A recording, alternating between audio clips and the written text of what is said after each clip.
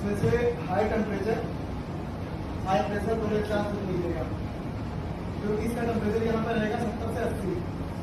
ठीक है, उसके बाद ये कंडेंसर में जाएगा, वेपर में जब ये कंडेंसर में जाएगा, कंडेंसर में पहुंचते ही लिक्विड में बदल जाएगा।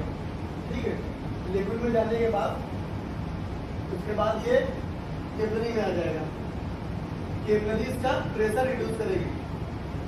ठीक है, और यहाँ पे इसका टेम्परेचर कम हो जाएगा।